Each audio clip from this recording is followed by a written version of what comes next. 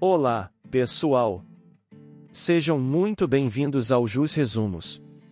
Na aula de hoje, vamos dar continuidade ao nosso estudo sobre a competência no processo civil. Desta vez, exploraremos os critérios para sua determinação de forma mais aprofundada, e também as importantes distinções entre incompetência absoluta e relativa. Critérios de determinação da competência. Como já vimos, a competência é a medida do exercício da função jurisdicional por um órgão. Para definir qual juízo é competente para cada caso, o Código de Processo Civil e leis especiais utilizam diferentes critérios. A. Critério territorial para definição de competência. Este critério, que abordamos na aula anterior, define a competência com base na localização geográfica das partes ou do bem envolvido na demanda. Ele é fundamental para a distribuição dos processos entre as diversas comarcas e varas do país. B. Critério material para definição de competência. O critério material para definição de competência leva em consideração a natureza do direito discutido no processo. Ou seja, é o tipo de matéria jurídica envolvida na causa que vai determinar qual ramo da justiça ou qual vara especializada tem competência para julgar. Por exemplo, causas trabalhistas pertencem à Justiça do Trabalho, e causas de família, a varas de família. C. Critério em razão do valor para definição de competência. Este critério estabelece a competência com base no valor econômico da causa. É um critério muito comum para definir a competência dos juizados especiais, que visam processar e julgar causas de menor complexidade e valor. Vamos analisar as leis que regem os juizados. A Lei nº 9.099/95, que trata dos juizados especiais cíveis estaduais, estabelece que eles têm competência para conciliação, processo e julgamento de causas cíveis cujo valor não exceda 40 vezes o salário mínimo, conforme o artigo 3º, inciso I. Além disso, o juizado especial pode promover a execução de seus julgados e de títulos executivos extrajudiciais até o mesmo limite de 40 salários mínimos. É importante notar que o parágrafo 2º do art. 3º exclui da competência do juizado especial cível causas de natureza alimentar, falimentar, fiscal, de interesse da fazenda pública, acidentes de trabalho, resíduos estado e capacidade das pessoas. O parágrafo 3º traz uma regra importante, e a opção pelo procedimento do juizado especial implica em renúncia ao crédito excedente ao limite estabelecido, exceto em caso de conciliação. A Lei nº 10.259/2001, que criou os juizados especiais federais cíveis, estabelece sua competência para processar, conciliar e julgar causas de competência da Justiça Federal até o valor de 60 salários mínimos, art. 3º. Assim como nos juizados estaduais, há exceções, como mandados de segurança, desapropriação, execuções fiscais, entre outras, art. 3º, 1 graus. Um ponto fundamental é o artigo 3º, parágrafo 3º, no foro onde estiver instalada a vara do juizado especial, a sua competência é absoluta. Essa é uma das circunstâncias em que um critério que geralmente é relativo se torna absoluto.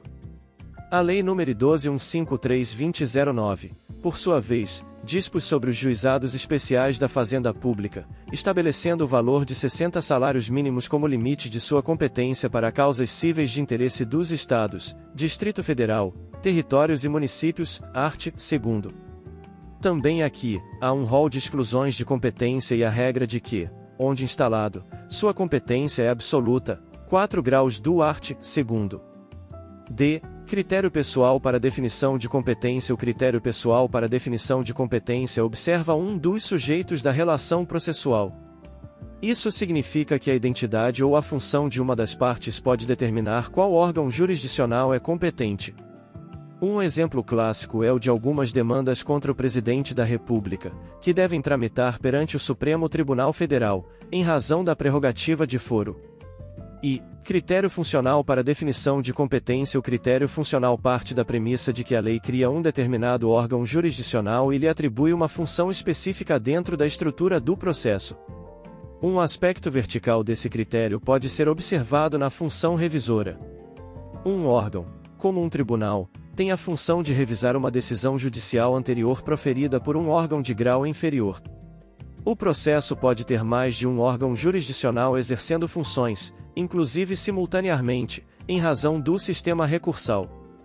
Já o aspecto horizontal do critério funcional ocorre quando um órgão que exerceu determinada função em um processo a X se torna, por essa razão, competente para julgar um processo a Y. Um exemplo disso são os embargos à execução, que são distribuídos por dependência ao juízo que está processando a execução principal, conforme o artigo 914 do CPC. 3. Perpetuação da competência ou da jurisdição. A perpetuação da competência, ou perpetuatio jurisdictionis, é um princípio fundamental do nosso sistema. Imagine a seguinte situação: uma petição inicial é distribuída no domicílio do réu, na localidade AX. Um dia após a distribuição, o réu muda-se para a localidade AY, onde é efetivamente citado. O réu, então, apresenta sua contestação, alegando a incompetência do juízo com base na sua nova residência. Essa alegação de incompetência não deverá ser acolhida pelo magistrado. Isso porque, conforme o artigo 43 do CPC, a competência é determinada no momento do registro ou da distribuição da petição inicial. Modificações posteriores do estado de fato ou de direito são, em regra, irrelevantes, salvo quando suprimirem o órgão judiciário ou alterarem a competência absoluta. Assim, no exemplo, o juízo AX continua competente. 4. Incompetência. A incompetência quando uma demanda é proposta perante um juízo que, pela lei, não é o competente para conhecer daquela causa. A incompetência pode ser relativa ou absoluta, e essa bifurcação se dá porque alguns critérios de determinação da competência se orientam pela primazia do interesse público, enquanto outros pelo interesse privado. Incompetência absoluta. A incompetência absoluta ocorre quando são feridos os critérios material, pessoal e funcional de determinação da competência. Trata-se de matéria de ordem pública. Por ser de ordem pública, a incompetência absoluta pode ser conhecida de ofício pelo magistrado e também pode ser arguida por qualquer das partes a qualquer tempo e grau de jurisdição. Ela não está sujeita à preclusão temporal e não pode ser apurificada, avalidada, nem mesmo pelo trânsito em julgado de uma decisão. Por essa razão, a incompetência absoluta pode ser discutida em sede de ação rescisória, conforme o artigo 966, inciso 2º, do CPC. Incompetência relativa. Será caso de incompetência relativa quando os critérios feridos forem, por exemplo, o territorial e o valor da causa, na sua regra geral. Aqui, a primazia é do interesse privado. A incompetência relativa não pode ser conhecida de ofício pelo juiz. Ela deve ser objeto de requerimento da parte e está sujeita à preclusão temporal. Isso significa que, se não for alegada como questão preliminar de contestação, conforme o artigo 64 do CPC, ocorre a preclusão e o juízo inicialmente incompetente se tornará competente. Prorrogação de competência, art. 65 do CPC. Exceções, critérios relativos que se tornam absolutos. É importante notar que a lei, em algumas circunstâncias, pode transformar um critério que é normalmente relativo em absoluto. Vimos exemplos disso na competência territorial e de valor. O artigo 47, parágrafo 2º, do CPC estabelece que a ação possessória imobiliária deve ser proposta no foro de situação da coisa, e esse juízo tem competência absoluta, critério territorial. Da mesma forma, o artigo 3º, parágrafo 3º, da Lei nº 10.259/2001, Juizados Especiais Federais, e o artigo 2º, parágrafo 4º, da Lei nº 12.153/2009, Juizados Especiais da Fazenda Pública, tornam a competência do juizado absoluta onde ele estiver instalado. Critério de valor. Conhecimento de ofício da incompetência relativa, exceção, a súmula 33 do STJ afirma que a incompetência relativa não pode ser declarada de ofício.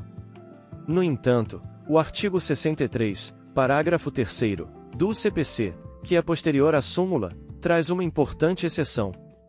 Se uma petição inicial for ajuizada em foro estabelecido por uma cláusula de eleição de foro, o magistrado poderá, antes da citação, analisar se essa cláusula é abusiva. Se verificar a abusividade, o juiz não ordenará a citação e declarará a ineficácia da cláusula, remetendo os autos ao domicílio do réu. Essa análise independe se o contrato é de natureza consumerista ou de adesão. Se o juiz não fizer essa análise prévia e determinar a citação, caberá ao réu alegar a abusividade em preliminar de contestação, sob pena de preclusão, conforme o artigo 63, parágrafo 4º. Efeitos do reconhecimento da incompetência. Quando a incompetência, seja ela absoluta ou relativa, é reconhecida, o efeito primário é a remessa dos autos ao juízo competente, conforme o artigo 64, parágrafo 3º, do CPC. A incompetência não gera a extinção do processo. Além disso, e este é um ponto crucial, os atos decisórios proferidos pelo juízo inicialmente incompetente, seja por incompetência absoluta ou relativa, são considerados válidos e eficazes. O juízo competente, ao receber o processo, analisará se manterá ou modificará essas decisões, mas não irá declará-las nulas automaticamente, como previsto no artigo 64, parágrafo 4º, do CPC.